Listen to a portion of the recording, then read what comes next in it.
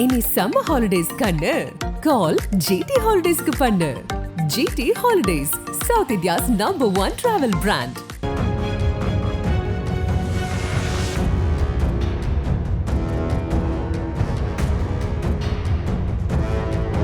தலைவர் 171 என்ன படமா டைட்டிலாக இருக்கும் என்னன்னு சொல்லி ரொம்ப நாளாக எல்லாம் யோசிச்சுட்டு இருக்கும்போது இன்றைக்கி டைட்டிலை ரிலீஸ் பண்ணிட்டாங்க. இந்த டைட்டிலை பார்க்கும்போது எனக்கு ஒன்று தான் தோணுச்சு. இப்போ ரஜினி வந்துட்டு பிஜேபியில் பேசிகிட்டு இருக்காருன்னு வச்சுக்கோங்க. சும்மா உதாரணத்துக்கு பேசும்போது அவர் சொல்கிறாராம், அதாவது சரத்குமாரை நீங்கள் வச்சுக்கோங்க, சரத்குமார் டைட்டிலை நான் வச்சுக்கிறேன் அப்படின்னு சொல்லி ரஜினி சொன்னால் எப்படி இருக்கும். அந்த மாதிரி தான் சரத்குமார் அவர்கள் ஏற்கனவே நடித்த கூலின்னு ஒரு படம். அந்த படத்தினுடைய டைட்டில் தான் ரஜினி, அதாவது தலைவர் 171 அப்படின்ற அந்த படத்தினுடைய டைட்டிலும் கூலி தான். ஸோ அதே படத்தினுடைய டைட்டில் எடுத்து வச்சுருக்காங்க. ஏன் டைட்டில் கிடைக்கலையா இல்லை வேறு எதுவும் இந்த கதைக்கு வந்துட்டு இந்த டைட்டிலை தவிர்த்து வேறு எதுவுமே வைக்க முடியல அப்படின்னு தெரியல. பட் உடனே நீங்கள் கேட்கலாம், கூலிங்கிறது வந்துட்டு சரத்குமாருக்கு மட்டும்தான் உரிய டைட்டிலான்னு. பட் இல்லை, ஆல்ரெடி அமிதாப் பச்சன் வந்து அதே மாதிரியான ஒரு டைட்டிலில் வந்துட்டு படம் பண்ணியிருக்காங்க. ஸோ இது வந்துட்டு கூலிங்கிறது வந்துட்டு ஒரு காமனான ஒரு பேர் தான். ஆனால் தமிழ் சினிமாவை பொறுத்த வரைக்கும் அது ஏற்கனவே சரத்குமார் அவர்கள் வசம் இருந்த ஒரு டைட்டில். அவருடைய டைட்டிலை எடுத்து இன்றைக்கி தலைவர் 171 அப்படிங்கிற அந்த படத்துக்கு கூலின்னு வச்சுருக்கிறாங்க. நிச்சயமாக இது சரத்குமார் அவர்களுக்கு மிகப்பெரிய ஒரு சந்தோஷம் தான். லோகேஷ் அவர்கள் வந்து இந்த படத்தை வந்து எந்த மாதிரியான ஒரு விஷயத்தில் பண்ணியிருப்பார், எல்லாரும் வந்துட்டு எல்சியூவாக இருக்குமா அப்படி இப்படின்னு சொல்லி கேட்கும்போது இந்த படம் எல்சியூ தாங்க. டைட்டில் டீசரை பார்க்கும்போது எல்சியூ தான். அது எப்படி அப்படிங்கிறத நான் உங்களுக்கு சொல்கிறேன். முதல் கட்டமாக இந்த டைட்டில் டீசர் வந்துட்டு ஓப்பன் ஆகுது. ரொம்ப பியூட்டிஃபுல்லாக வந்துட்டு மாசாக ஒரு விஷயம் நடக்குது. அந்த கோல்டெல்லாம் எல்லாத்தையும் வந்துட்டு எல்லாம் அலங்கரிக்கிறாங்க, வாட்ச் எல்லாம் வச்சு எல்லாமே செட் பண்ணுறாங்க. அப்போ ஒருத்தர் ஆப்வியஸ்லி சொல்லுவார், ஃபோன் போட்டு ஒருத்தவங்க எல்லாத்தையும் நாம்ஸையும் மீறி ஒருத்தர் உள்ளே வரான் பார்த்துக்கோ அப்படின்னு சொல்லும் போது ஒருத்தர் திரும்பி பார்ப்பார். உடனே நமக்கு அந்த ஹீரோனுடைய இன்ட்ரோ ஷாட்னு ஒன்று இருக்கும் இல்லையா, அந்த இடத்துல அந்த ஒரு கிளாஸுக்கு நடுவில் ரஜினிகாந்தனுடைய கண்ணை காட்டுற அந்த இடம் இருக்கு இல்லையா, டிப்பிக்கல் லோகேஷ் ஸ்டைல். அதாவது ரஜினியை வந்துட்டு எப்படி காமிச்சா ஃபேன்ஸ் வந்துட்டு சும்மாவே கத்துவாங்க, ஆனால் ரஜினியை எப்படி காமிச்சா ஃபேன்ஸ் வெறித்தனமாக கத்துவாங்கிறத வந்துட்டு லோகேஷ் அந்த பல்ஸை பிடிச்சிட்டாருன்னு தான் தெரியுது அந்த ஒரு ஷாட்லேயே.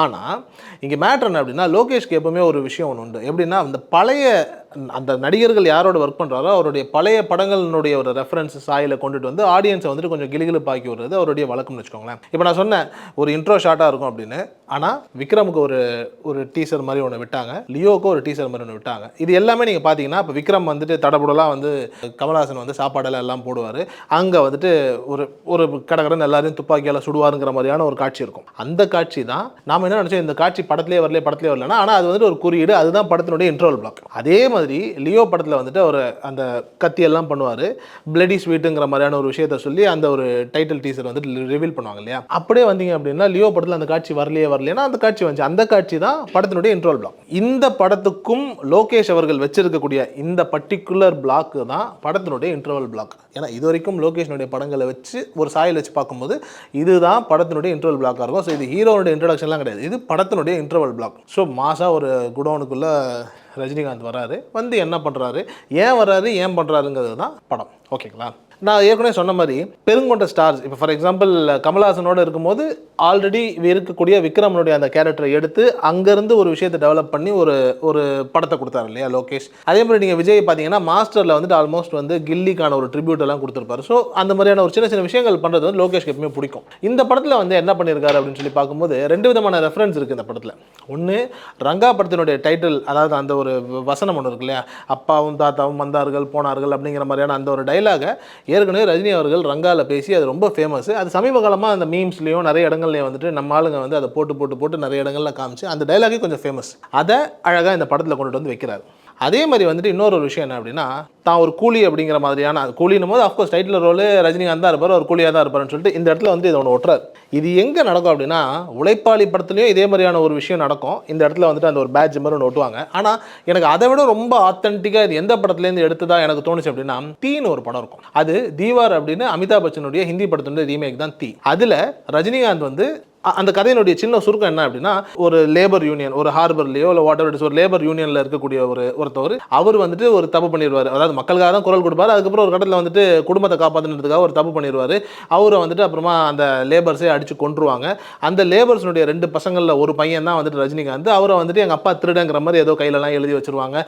அந்த மக்கள் வந்துட்டு ரஜினிகாந்த் ஹராஸ் பண்ணுவாங்க. ஸோ இப்படி இருக்கக்கூடிய ரஜினி வந்துட்டு அப்படியே வளர்ந்து ஒரு கட்டத்தில் வந்து டான் ஆகிடுவார். கூலி வேலை பார்ப்பார், லேபராக இருப்பார், ஹார்பரில் வேலை இதெல்லாம் தாண்டி டான் ஆயிடுவார். கடைசியில் டான் ஆகி என்ன பண்ணுவார், தம்பி ஒருத்தர் இருப்பார், அந்த தம்பியே போலீஸ்காரராக வருவார். அந்த போலீஸ்காரர்கிட்டே வந்துட்டு மாட்டி கிளைமேக்ஸில் ரஜினி இறந்துடுவார். இப்படி ஒரு நாட் ஒன்று இருக்கும். இதுதான் தீ படத்தினுடைய நாட்டு. எனக்கு இந்த ஹார்பர் சீனு, இந்த மாதிரியான ஒரு சம்பவங்கள், அங்கேருந்து இந்த பேட்ச் அப்படி ஒட்டிட்டு இப்படி எடுக்கிற அந்த ஒரு இடம், இதெல்லாம் பார்க்கும்போது வந்துட்டு அந்த எப்படி விக்ரமனுடைய கேரக்டரை வந்துட்டு எடுத்து அதனுடைய ஒரு சின்ன ஸ்பின் ஆஃப் மாதிரி தான் இப்போ லேட்டஸ்ட் விக்ரமை வந்துட்டு லோகேஷ் பண்ணாரோ, அதே மாதிரி தீயினுடைய கதாபாத்திரத்தை எடுத்து அதில் இருக்கக்கூடிய அந்த ஒரு நியூவான்சஸை வந்துட்டு அந்த கதாபாத்திரத்தினுடைய ஒரு மூலதனமாக வச்சு இந்த ரெஃபரன்ஸை பண்ணியிருப்பாரோ அப்படின்னு எனக்கு தோணுச்சு. ஆனால் அந்த தீ படத்தினுடைய கதாபாத்திரம், ரஜினியுடைய கதாபாத்திரம் எப்படின்னா, இயற்கையாக இருக்கக்கூடிய நார்மலாக ரஜினிக்கு இருக்கக்கூடிய ஒரு துள்ளல் இருக்கும் இல்லையா, அதெல்லாம் இருக்காது. அது ரொம்ப மெச்சூர்டாக, ரொம்ப டீசெண்டாக, கொஞ்சம் வாழ்க்கையில் கஷ்டப்பட்டவன் எப்படி இருப்பானோ அப்படித்தான் அந்த கதாபாத்திரம் இருக்கும் ஒரிஜினல் தீயில். பட் இதில் வந்துட்டு ரொம்ப ஃபன்னியாக இருக்குது. ஸோ இதை வந்துட்டு ஆடியன்ஸுக்கு வந்துட்டு ஜஸ்ட் ஒரு கிளர்ச்சிக்காக வச்சிருக்கலாம் அப்படின்னு சொல்லி கூட வச்சுக்கலாம். மேபி ஹார்பரில் நடக்கக்கூடிய படம், ஹார்பர் சார்ந்து இருக்கக்கூடியதுனால மேபி இந்த காட்சிகள் வச்சிருக்கலாம். அதே மாதிரி இந்த ரங்காவனுடைய டைலாக் ஒன்று இருக்குல்ல, அப்பாவும் தாத்தாவும் வந்தார்கள் போனார்கள் அப்படின்னு, அதை லோகேஷ் சும்மா வச்சில்ல, அதற்கு ஒரு காரணம் இருக்குது. அந்த காரணத்தை நான் திருப்பி ஒரு இடத்துல வந்து சொல்கிறேன். இப்போது ரஜினிகாந்தனுடைய கேரக்டரைசேஷன் ரொம்ப அழகாக பில்ட் பண்ணி இப்படி ஒரு விஷயம் பண்ண போகிறாங்கன்னு நமக்கு ஒன்று புரியுது இல்லையா. இதை நீங்கள் நல்லா பார்த்தீங்க அப்படின்னா, இந்த டீசரை ஃபுல் அண்ட் ஃபுல் ஹோல்டு பண்ணுறது யார் அப்படின்னா அனிருத்தினுடைய ப்ரைம் டைமில் இருக்காருங்க அந்த மனுஷன் தொட்டது எல்லாம் தங்கம் தான். கூட தங்கமே இந்த படத்தில் இருக்குது அப்படின்னும் போது என்ன மாதிரியான மியூசிக் வரும்போது நீங்கள் நல்லா கவனிங்க, நிச்சயமாக வெளுத்து வாங்க போகிறாரு. ஆனால் சில இடங்களில் டாக்டர்னுடைய சாயலும் வந்துச்சு. அந்த ஒரு லாக்டரில் ஒரு சவுண்ட் ஒன்று வரும் தெரியுமா, அந்த சவுண்டெல்லாம் கொஞ்சம் நிறைய இடங்களில் வருது. பட் ஃபைன், அதெல்லாம் ஒன்றும் பிரச்சனை கிடையாது. மியூசிக்காக கேட்கும்போது சூப்பராக ரொம்ப பியூட்டிஃபுல்லாக இருக்குது.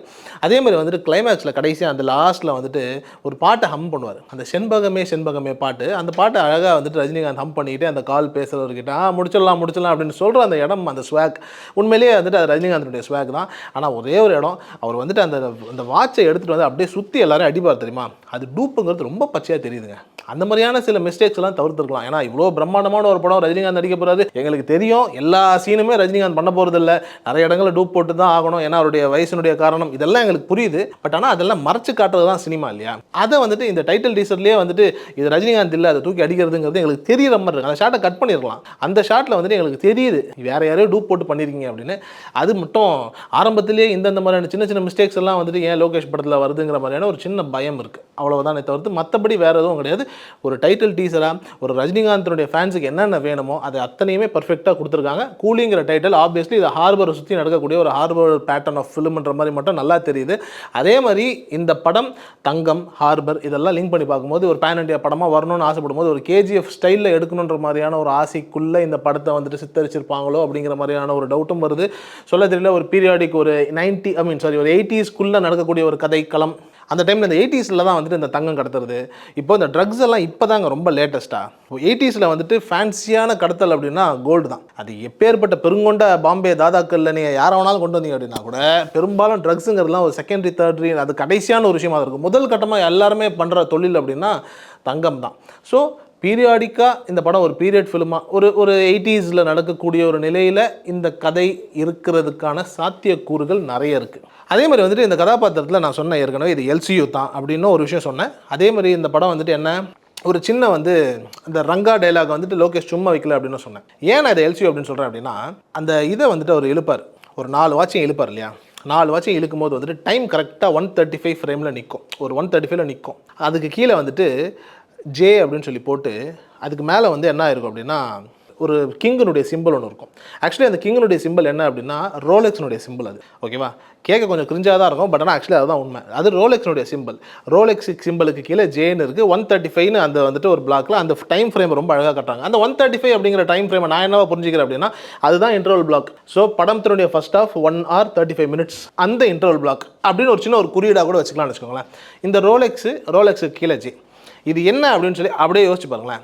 விக்ரமில் ரோலெக்ஸில் வந்துட்டு சூர்யா வந்துட்டு ஒரு டைலாக் சொல்லுவார், அப்பனும் தாத்தனும் எவனும் கொண்டுட்டு வந்து கொடுக்கல, நான் இந்த இடத்த உருவாக்குறதுக்கு 27 வருஷம் ஆச்சு அப்படின்வார். அப்படின்னா ஜஸ்ட் ஒரு யோசிச்சு பாருங்களேன்.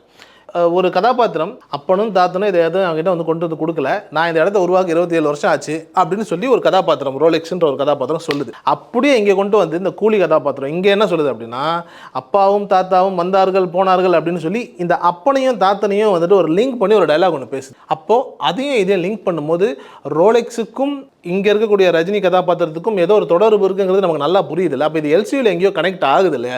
இதை ஒரு ஸ்டாண்ட் அலோன் ஃபிலிமுங்கிற மாதிரி வந்துட்டு லோகேஷ் சொல்லலாம், எல்லாமே சொல்லலாம் அப்படின்னா கூட எங்கேயோ ஒரு இடத்துல ஒரு சின்ன ரோலெக்ஸ் டச்சு இருக்குது. ரோலெக்ஸுக்கான தனி கதைக்களத்தை மட்டும் மட்டும் வச்சு ஒரு கதையாக இருக்க வாய்ப்பு இருக்குது. எனக்கு அது பார்க்கும்போது எப்படி தோணுச்சு அப்படின்னா, இப்போது நார்மலாக வந்து இந்த கதாபாத்திரம் ரஜினியோட கதாபாத்திரம் ஜாலியாக ஃபன்னியாக இருக்குது. ரோலெக்ஸுடைய கதாபாத்திரம் வந்துட்டு சேம். நான் அதை சொன்னல, தீ கதாபாத்திரத்தில் ரஜினியுடைய கதாபாத்திரம் எப்படி இருக்கும், ஒரு ஸ்ட்ரிக்டாக வாழ்க்கையில் ரொம்ப கஷ்டப்பட்டு வர்றவன் எப்படி இருப்பானோ அந்த மாதிரியான ஒரு பாடி லாங்குவேஜ், அந்த மாதிரியான ஒரு ஸ்ட்ரிக்ட் நார்ம்ஸில் இருக்கும். அதே தான் ரோலெக்ஸுடைய கதாபாத்திரம்னு வச்சுக்கோங்களேன். எப்போவுமே ரொம்ப ஸ்ட்ரிக்டாக இருக்கிறவங்க அந்த அப்பாவுக்கு பையன் வந்துட்டு ஜாலியாக உதவாக்கறையாக ஃபன்னியாக தான் இருப்பான். சொல்லுவாங்களே அந்த வாத்தியார் புள்ள மக்கு போலீஸ் புள்ள திருடங்கிற மாதிரி. இந்த கேரக்டரைசேஷன் கூலி படத்தில் ரஜினியோட கேரக்டரைசேஷன் பார்க்கும்போது எப்படி இருக்கு அப்படின்னா, ஃபன்னாக, அதாவது அப்பா சொத்தை அழிக்கிறதுக்கு ஒருத்தன் வேணும். எப்படி அப்பாவும் தாத்தாவும் வந்தார்கள் போனார்கள், அனுபவி, வாழ்க்கையில் பொண்ணு மண் தம்மு தண்ணி இது இருந்தால் போதும், சொர்க்கம் இங்கேயே இருக்குங்கிற நாம்ஸில் பேசக்கூடிய ஒரு கதாபாத்திரம். அங்கே வந்துட்டு எவனோ எனக்கு கொடுக்கல, அப்பனும் தாத்தனும் கொடுக்கல, நானாக உருவாக்குனதுன்னு சொல்லி ரொம்ப கஷ்டப்பட்டு வந்த ஒரு மனிதன். ஸோ அந்த கதாபாத்திரத்துக்கும் இந்த கதாபாத்திரத்துக்கும் நிச்சயமாக இது ஒரு லிங்க் இருக்குது. எனக்கு என்ன தோணுச்சு அப்படின்னா, ஒரு அந்த ரோலெக்ஸினுடைய கதாபாத்திரத்தினுடைய ஒரு பையன் இல்லை தம்பி அந்த மாதிரியான அடுத்த வருஷம்னு வச்சுக்கோங்களேன். உடனே வந்துட்டு சூர்யா வந்துட்டு என்னையா அவர் ரஜினிக்கு அப்பாவா அப்படின்லாம் கேட்டுறக்கூடாது. பட் ஒரு கதையாக ஒரு கதாபாத்திரமாக நீங்கள் கவனிச்சு பாருங்களேன். ரோலெக்ஸுங்கிற கதாபாத்திரம் ஒரு மெச்சூர்டான ஒரு கதாபாத்திரத்தினுடைய ஒரு பையன் ஒரு வேலையை செஞ்சால் எப்படி இருக்குங்கிற ஒரு கற்பனையில் அதை எல்சியூலேயே கொண்டுட்டு வராமல் லோகேஷனுடைய மூளை சிந்திச்சு அதை எல்சியூங்கிற கான்செப்டே மறந்துடுங்களேன். எல்சியூன்னு நீங்கள் நினச்சிங்கன்னா தானே ரோலெக்ஸு, எல்சியூங்கிற கான்செப்டே மறந்துட்டு சூர்யா ரோலெக்ஸ் கதாபாத்திரம், அந்த கதாபாத்திரத்தினுடைய பையன் ஒரு வேலையை செஞ்சால் எப்படி இருக்கும், ஒரு ஃபன்னியான ஒரு வேலையை செஞ்சால் எப்படி இருக்கும். பட் ஆனால் அந்த ஃபன்னியான வேலை வந்துட்டு ட்ரக்ஸை தொடாமல் கோல்டை வச்சு பண்ணால் எப்படி இருக்கும், அந்த கோல்டையும் ஒரு பீரியாடிக் ஃபார்மில் வச்சு பண்ணால் எப்படி இருக்கும் அப்படிங்கிற மாதிரி லோகேஷ் அவர்களுக்கு ஒரு சிந்தனை தோணி இருக்கலாம். அந்த சிந்தனையினுடைய வெளிப்பாடாக இந்த கூலி இருப்பதற்கான வாய்ப்புகள் நிறைய இருக்குது. இப்போவே நம்ம இந்த கதையை பற்றி நிறைய பேசினா கூட இந்த கதையினுடைய ஓட்டம் நிறைய இடங்களில் பார்க்கும்போது ரோலெக்ஸினுடைய சாயல் இருக்குது. நான் ஏன் வந்துட்டு அந்த ரோலெக்ஸ் அந்த சிம்பிளுக்கு கீழே ஜேன்னு இருக்குது அப்படின்னு நான் சொன்னேன்னா, ஜே ஜூனியர், ரோலெக்ஸினுடைய ஜூனியர், அப்படி ஏதாவது ஒரு விஷயம் இருக்கலாமோ.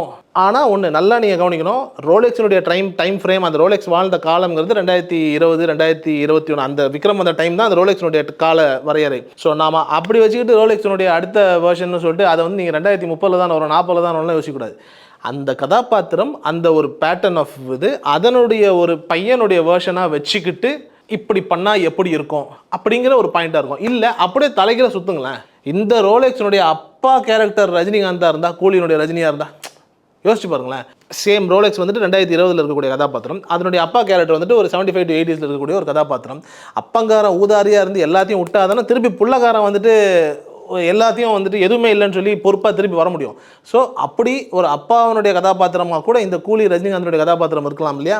ஸோ ஒரு 80s நடக்கக்கூடிய ஒரு கதை, அதில் ஒரு பீரியாடிக்கான ஒரு நிலை, அங்கே வந்துட்டு தங்கத்தை வந்துட்டு முதன்மையாக வச்சு ஸ்மக்லிங்கோ இல்லை வந்துட்டு அதில் இருக்கக்கூடிய அந்த ஹார்பரில் இருக்கக்கூடிய விஷயங்களை செய்யக்கூடிய ஒரு கதாபாத்திரமாக இருக்கலாம். அந்த கதாபாத்திரம் வந்துட்டு அதனுடைய வாழ்க்கையை முடிச்சுக்கிட்டு அடுத்த கட்டமாக போகும்போது எல்லாத்தையும் இழந்துருக்கலாம். அந்த இழந்ததுலேருந்து திருப்பி வந்து புள்ளக்கார ரோலெக்ஸ் வந்துட்டு மீட்டுறதுக்கான எல்லா வேலைகளும் செஞ்சு அவன் வந்துட்டு தங்கத்தை தாண்டி ட்ரக்ஸுக்குள்ளே வந்து ட்ரக்ஸுக்கான வியாபாரங்களை செஞ்சு வரலாம் வாய்ப்பு இருக்குல்ல. இப்போ ரோலெக்ஸினுடைய ப்ரீக்வல் ஆர் ரோலெக்ஸினுடைய சீக்வல், இந்த ரெண்டு விஷயத்தில் ஏதாவது ஒரு பேட்டர்னில் இந்த ரஜினிகாந்தினுடைய கூலி படம் இருப்பதற்கான வாய்ப்புகள் அதிகம் இருக்கு. இனி சம்மர் ஹாலிடேஸ் கண்ணு கால் ஜிடி ஹாலிடேஸ்க்கு பண்ணு. GT holidays, south India's number 1 travel brand.